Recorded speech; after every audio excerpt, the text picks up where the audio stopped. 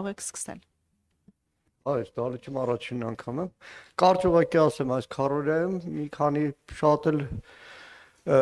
նախագծեր չկային, որպեսզի պատկերացում կազմեք, թե իշխանությունը ինչպես է աշխատում եւ արդյունավետությունը։ Քարորիան, որ տևում է 4 օր, եւ կառավարությունը պետք է օրենսդրական բազմաթիվ նախագծեր բերեր։ Քարորիան ավարտեցինք 1.5 օրում։ Չհաշված Նիկոլ Փաշինյանի երեկվա ջղաձգումները։ Սովետի ժամանակ կար հնգամյակը 3 տարում։ Եվ այդպես արդյունավետությունն է չափվում այս կառավարության վերջում տարվա վերջում դեկտեմբերի վերջին օրերին մեկ էլ հիշում եմ, որ տասնյակներով նախագծերի կարիք կա ու արտահերթերով փորձում են իրենց անգործունակությունը հիմնավորել։ Դա էլ կառավարության գնահատականն է, թեև իրանք կարծում են, որ իրանք արժանի են բազմամիլիոնանոց պարգևավճարների։ Երկու փոքր նախագծերի հետ կապված, մեկ հունվարի 27-ը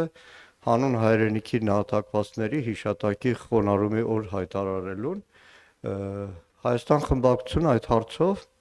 տևական ժամանակ նախաձեռնության հեղինակների հետ աշխատել էր։ Գաղափարին կողմ լինելով առաջարկում ենք, որ օրը տեղափոխվի, որովհետև ինքը ոչինչ չխորհրդանշող օր էր մեկ, եւ երկրորդը նախորդում էր Հայաստանի Հանրապետության զինված ուժերի կազմավորման տոնական օրվան եւ հաշվի առնելով, որ վերջին տարիներին ոչ այդքան էլ տոնական ստվերոտ էր նշել իշխանությունները մեր զինված ուժերի, մեր հայոց բանակի կազմավորման օրը, շատ ավելի կստվեր էր դա։ Եղավ մի պահ, որ նախագծի հեղինակներից Ռուբեն Ռուբինյանը բանակցությունների մեջ էր մեր գործընկերոջ հետ, Արծուկ Մինասյանի, նույնիսկ գաղափար կար Սուրբ Հաչվերաստոնի հաջորդ օրը, որը նաև մեռելոց է, որը սեպտեմբեր ամսին է եւ ինչ որ առումով նաև կասոցացվեր սեպտեմբեր ամսին 20 թվականի, 23 թվականի ռազմական ողբերգական դեպքերի հետ, բայց քաղաքական մեծամասնությունը դեմ էր արտահայտում ու փորձեց մանիպուլացնել եւ կրկնում եմ, որ մենք ընդունում էինք այդ գաղափարը եւ շատ վաղուց հասունացած գաղափարը ու վերջինը մի եւս փաստ, որպես դեր նախին գործընկեր եմ ասում, սիրում եմ ես փաստերը միշտ իրար կողքի դնել ու խորհուրդ կտամ բոլոր փաստերը իրար կողքի դնելուց հետո եզրակացության գալ 24 թվականին այս նախագիծը եղել է Գեգամ Նազարյանի հեղինակմամբ հանձնաժողովի նիստում Գեգամ Նազարյանը նախագիծը ներկայացրել է սեպտեմբերի 27-ը հայտարարել հիշատակի օր մեր գործընկերներից որոշները նաև հիաջակցություն Գեգամի մասնակցում են այդ նիստին կառավարությունը դեմ էր արտահայտվել այդ օրվան եւ առաջարկել էր դե մեկա բանակի օրը նշվում է այցելում ենք նահատակներին, ինչին ի պատասխան Գեգամ Նազարյանը վրթովել էր, որ պետք չի ողջերին եւ նահատակներին խառնել իրար եւ դրա համար այդ ժամանակ նախագիծը 2 ամսով հետ քաշեց, չգիտեմ ինչ էր փոխվել նրա մոտեցումներում, որ հիմա համաձայնվել է եւ հունվարի 27-ը նշվելու է նահատակների օր։ Դեպ այդտեղ մի եւս փաստարկ որ բերում է նախագծի հեղինակները, թե հիշելու ենք բոլոր նահատակներին։ Գիտեմ Վարդան Մամիկոնյանից, Տիգրան Մեծից սկսած, պետք է հիշեցնեմ, որ Վարդանանց տոնը ամեն փետրվար երկրորդ ուրբաթ օրը հայ ժողովուրդը արդեն հարյուրամյակներ նշում է սրբադասված Վարդանանց նահատակների օր։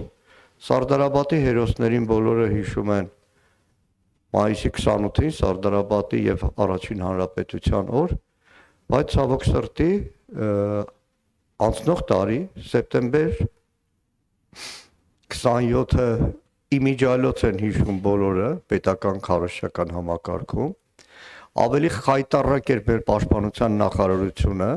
խայտառակ ուղղակի որի պաշտոնական զինուժ ծրագիրը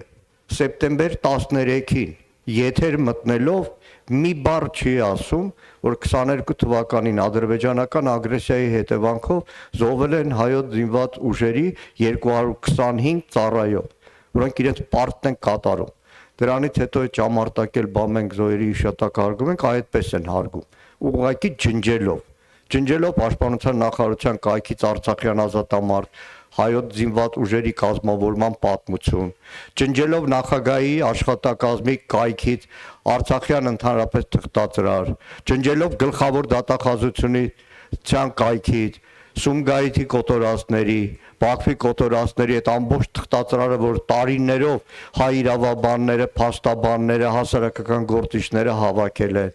ջնջելով արտաքին գործերի նախարարության կայքից Արցախյան բանակցությունների հետ կապված հսկայական թղթածրար, այդպես են հիշում եւ այդ ուրացության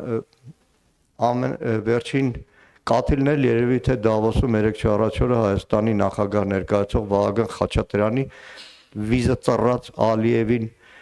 գովերքելն ու ներողություն խնդրելն էր, այսքանը։ Հանրային ռադիո խնդրեմ։